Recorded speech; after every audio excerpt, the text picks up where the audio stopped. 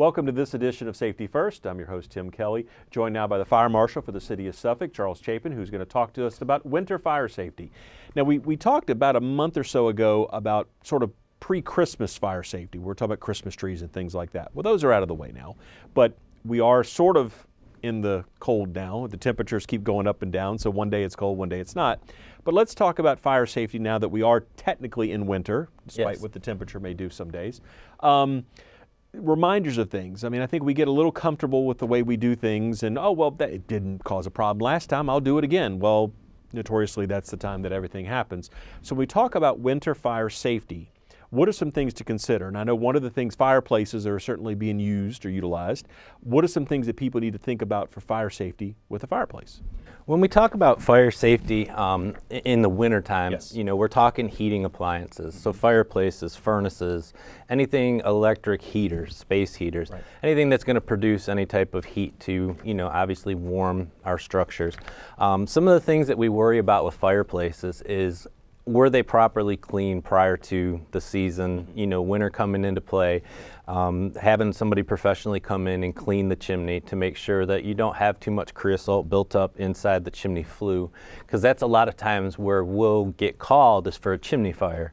And that's just an excessive buildup of all of the burned materials, and it gets hot enough, it gets in there, and then it starts to smolder, and then it'll start burning inside the flue. A lot of times it'll stay contained to the piping, but sometimes if it's an older style fireplace chimney, it could break through, then it gets into the interior of the structure, and then, you know, obviously you could have a structure fire as a result of that. So making sure that you've got clean pipes, everything is a real big thing. Making sure that you're burning the right type of wood. You know, make sure that your wood is dried out. You know, a lot of people, sometimes it doesn't have that enough where it's seasoned. You know, they say to leave it out, let it season for a year, and then burn it. Again, that moisture content, when it's off-gassing those, you know, it's throwing more smoke, more particulates up into that chimney, and that's where you're going to end up potentially getting that buildup. Got it. Now, anything around the fireplace itself, sort of inside the home, that you need to consider? I know there's always, you want to have a safe distance with any combustible materials, but anything, you know, I mean, obviously use a screen, things like that. So making sure that you have that clear space. You know, we talk about the 3-foot rule in reference to having 3 foot of clear space between any type of a heating source and combustible materials. Radiant heat over time will break down items, and, you know, eventually it could get to the point where it'll break it down enough, and then it could, you know, end up catching on fire as a result of that. So making sure that, you know, if you have any construction takes place around the fireplace, making sure that the material that's put in there is compatible and, you know, fire resistive, versus, you know, just putting something in there, not thinking about it or not looking at it to determine whether it's rated for that. Those are the big things that we see, you know, in terms of, well, I'm going to install this, you know, gas fireplace, and they don't, you know, they do it themselves, not thinking that the box needs to be, I mean, because it does put off, you know, BTUs, and which are hot, and if you don't have the proper casing for the fire, you know, the fire logs, you know, ultimately that whole thing of breaking down the materials around it. So that's some of the important stuff. Between December, January, and February, which we're in that right now, half of all home heating fires occur within this time period. So we're right in that thick of, you know, those home fires based because of heating.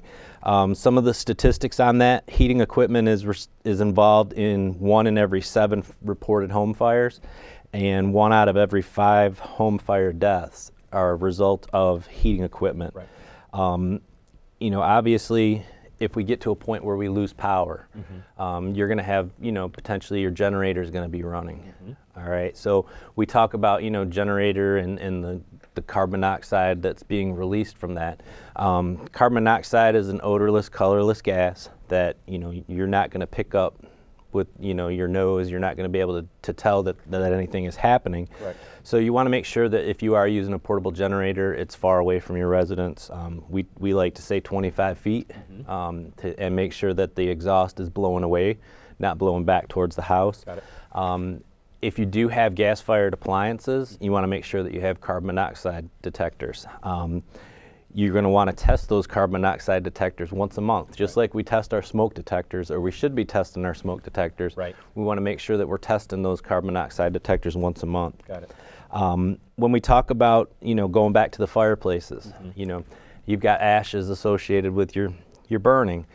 What are you doing with those ashes? Are those ashes cool when you put them outside? Are you putting them in the proper container for ashes? A lot of times we'll find a fire that we'll go out and investigate it, come to find out it was ashes from the fireplace or ashes from a charcoal grill that they still had heat built into them. They put them in the trash can. What is the trash can filled with? Combustible materials. So over time it sat there, smoldered, ends up catching on fire, burns up the side of the house, burns the trash can up, and it's all a direct result of just improperly disposing of your ashes from your fireplace. And again, making sure that your chimney, your furnace, all that stuff has been cleaned and professionally, looked at to ensure that there aren't any cracks in the actual furnace itself to where it could be off gas and carbon monoxide. Even the smallest minute crack, it's a product of incomplete combustion. Correct. So, a small crack in your furnace flue somewhere and it could be pumping carbon monoxide throughout the house. Now I know, we've talked in previous segments about cleaning your dryer lint and things like that. Is that more of a problem during the winter when everything is so dry outside versus, say, maybe the summer months where there's a little more humidity, or is it a year-round situation you need to consider when you talk about lint? Yeah, as far as the dryer lint itself, it's extremely flammable. Right. So given the opportunity, a lot of times with it, when it's damp, it's not as crisp. It doesn't present that ignition temperature. It's not readily accessible where it's going to catch on fire. When it's dried out and that's prime time for something to happen. And again, making sure, when you check that dryer, if you're running your clothes through a 60-minute cycle and they're still damp, there's something wrong. Either your dryer's malfunctioning, but first I would check your vent. And a lot of people, my house, for instance, my dryers and washer and dryer are on the second floor. So my vent goes up into the attic and then goes 25 feet across the attic to the outside. That's a lot of space for lint to get caught. And, so making sure that you get that cleaned out, making sure that the vent to the outside, when your dryer's running, those flaps should be coming open to allow that air to discharge. Again, think about that. The lint gets in there and it's just pushing it up, and it's moving throughout that tube. So eventually, if it ends up stopping up somewhere, then it's going to start backfeed, and then you're going to start to notice issues with the dryer not working properly. So dryer vents year round, making sure that we clean them. I kind of figured as much, but didn't know, with the dryness of the winter, some things kind of become problems. You think about, Smokey the Bear and things like that with stuff outside, but you're talking about taking something that, in some instances, the ashes, for example, that are inside the home, you move them outside. Well, I've removed it from the home. Well, you may have to remove the hazard because of the heat that, like you said, is still in there. And putting it with trash and other things like that. Candles, and again, we might see somewhat more of them during winter. Some people may use it for some kind of heating or if the power goes out type of a thing. General reminders as far as when dealing with the candles? Yeah, candles, the same thing. Obviously, if they're lit and you're in the room, that's great. If you leave the room, make sure you blow them out. Before you go to bed, make sure you check, make sure all your candles are blown out. Keeping that 3 foot of clear space around them. I mean, I know that everybody's got them on their mantles, and you've got Christmas cards and birthday cards and everything around them. Again, that candle is generating heat. And over time, if it could get to that point of breaking down that combustible material next to it. Making sure that you're storing the lighters, matches, whatever you're utilizing to light your candles, make sure they're stored above where little fingers can get a hold of them. A lot of times children are very, intuitive when they see things, and they watch mom and dad light the candle, and then they find a lighter sitting there, they go to try it, and then, ultimately it ends up an accidental fire, but it was a result of a child playing with matches or a lighter. So just making sure that, use that safety, do that fire safety walk through before you go to bed. Are my doors locked? the lights are all off, right. the fireplace isn't still on, candles aren't lit, you know, and then just making sure that, you know, everybody knows that escape route. Again, it all comes into that big circle of, you know, what we talk about all year long is fire safety year. And community risk reduction is a big part of that, the working smoke detectors. Just everything as a whole, it all ties back into making sure that, you know, we're ultimately safe home, work, and out in the general public. Well, you talk about community, and I know that as part of the Suffolk Fire and Rescue Department, the Fire Safety Blitz program. And for those who are not familiar with that, after there is a residential, or do you do it for commercial as well? We don't normally do it for commercials. We do for residentials. So there's a fire, y'all kind of hit the immediate area within the day or so after that to make sure you're use it as an opportunity to remind people about fire safety. You try to talk with them certainly face to face, but you have door hangers and leave-behinds that you have right there. But talk about that program, and I mean, it's definitely the biggest thing is getting the information out there to remind people or tell them for the first time if they have been told before where it comes to general fire safety, right? Yes. So during an incident, you know, someone has a fire, an unfortunate incident occurs. What we like to do is we like to go back and kind of just attack the neighborhood for, say, on that sensitivity of someone just lost, you know, their home to fire, or their home was severely damaged as a result of the fire. We want to go back and capitalize on that. We want to make sure that everybody in that immediate area is aware that, hey, this happened yesterday or the day before, and here are some things that you can do to, you know, make sure that your home is fire safe, that, you know, you don't have any true issues, that you have working smoke detectors. You know, so what we'll do is we'll come in, we have a little postcard that we give you with 10 little bullets about fire safety, talks about, you know, your egress plans. We'll check your smoke detectors to make sure that your smoke detectors are working.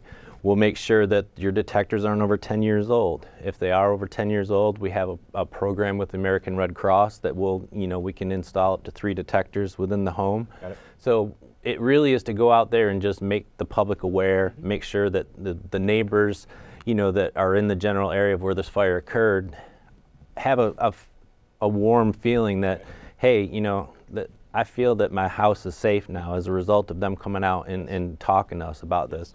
If you're not at home, we'll leave a door hanger on your door. There's contact information there. They can call the fire department. We'll come out, do the same thing that we would have done when we did the walkthrough, you know, that day. So we try to get out there and just, you know, face to face, meet the public, and really just spread the word of fire safety, and try and, you know, all we have to do is really one family that, you know, God forbid, has an incident after we've done that, and it's a success that the smoke detector went off and they got out, and they come back and say, you know, it was a direct result of Suffolk Fire and Rescue coming out and doing the safety blitz that I'm standing here today. Correct. Then we've done our job. Yep. And that's truly what it's all about. And I think you said it earlier, it's not Fire Safety Week, it's not Fire Safety Month, it's Fire Safety Year, or it's Fire Safety Lifetime, really, as the case would be. And it's never a bad time to be getting that information out there. As you said, unfortunately, if something were to happen, you do kind of get in there and use that opportunity in a sense to educate folks, because it's a real life example of what can happen, hopefully for the better, in the sense that they were able to get out safely because they had the fire smoke alarms that were activated, and they knew where to go. They knew their evacuation plan. Everybody rallied up and counted for everybody, and everything went smooth. The men and women of your department came in there, took care of the incident, and moved on. That's what we want, success stories. But I think it's great that y'all go out there and do that and get that information in the community. And pardon the expression, strike while the iron's hot, in that sense, because of the fact that people are thinking about it at that moment. And you know, you're using a bad circumstance for a good reason, I guess, in that instance. Yeah, so. Absolutely. And you know, it doesn't just involve, you know, fires. Sure. You know, we talk about community risk reduction as a whole, and that's the new real driving force behind what we're doing in the fire marshal's office when it comes to life safety. Correct. You know, it's not focusing strictly on fire safety anymore. It's, you know, we're talking winter fire safety right now, so we talk about water safety. Yes. You know, we've had a few cold days where you may have had some of the shallower bodies of water in the area that may have appeared to be, you know, have some ice on them. Water safety, you know, when it comes to wintertime, is a huge concern for us. A lot of people don't realize how thin, they see a thin coat of ice over it, they think, oh, well, I can go walk on that. Right. And they get out there a little bit and then they fall in. Hypothermia, it doesn't take long in sub-zero water or, low teen water right. for hypothermia to set in. And again, so, when we talk about water safety for wintertime, don't go out on any body of water, even if it looks like it's got ice on it and right. it looks like it's a fun thing to do. Sure. Because it's not just, God forbid they fall in, but Correct. now we have the first responders that are coming to have to enter into that frigid water. Mm-hmm. But that's what we do. Correct. We're going to get in there and do right. what we need to do. We have the proper equipment to be able to do cold right. water rescues. But again, common sense, if it doesn't look right, right. Just stay off of it because Correct. it's not worth it. Right. So we can get fooled, I guess, here in Virginia because of the fact you think, well, if it's happening in Wisconsin, it's happening here or somewhere, further up north where they do get those long freezes and mm-hmm. the ice thickens up enough, you can do ice skating. That's not really happening here 9 times out of 10. No, and if you look at the national news, I mean, even in those places where the temperatures yes. are below freezing right. all the time, you have incidents where people have fallen through the ice Correct. to go, their dog's out there on the ice. Right. They go out to get the dog and they fall in. I mean, these are places where there's, 3 feet of snow on the ground and the bodies of water around here don't get cold enough to where they actually can have, 6, 8, 10 inches of ice built right. up on them because of the temperature fluctuation right. similar to what we're going through right now. That's right. That's right. The next couple of days is going to be 70 degrees. Right. So, just if you don't need to be out there and again, it looks like fun, but it could be a deathly situation. Indeed, indeed. Now, if anybody's watching this program, they have questions or should they contact your office? Is that a good focal point, or should they contact the department, the general number? What's the best way for them to reach out if they needed more information? Just had questions. Yeah, if they've got general questions, yes. Ultimately the community risk reduction really it falls within the fire marshal's office. Correct. That's kind of what we're moving towards. Mm-hmm. So they can call the main number, the 514-4550, and ask to speak to someone in the fire marshal's office in reference to these concerns, yes. Whether it be a smoke detector, water safety, right. Fireplace, mm-hmm. Any of those things, sure. we can, if it's not specific to what we do, we right. can point them in the right direction. The know your zone stuff, correct. we can point them right. down the hall to emergency management. Right. And, we all work together to get to that common goal of making sure that all the citizens here in the city of Suffolk, whether they're visiting right. or they live here, right. Are safe. And that's our ultimate goal. Perfect. Well, again, I want to keep everybody safe and get that education out there. And again, the Fire Marshal's Office and the Fire and Rescue Department are doing a great job of doing that.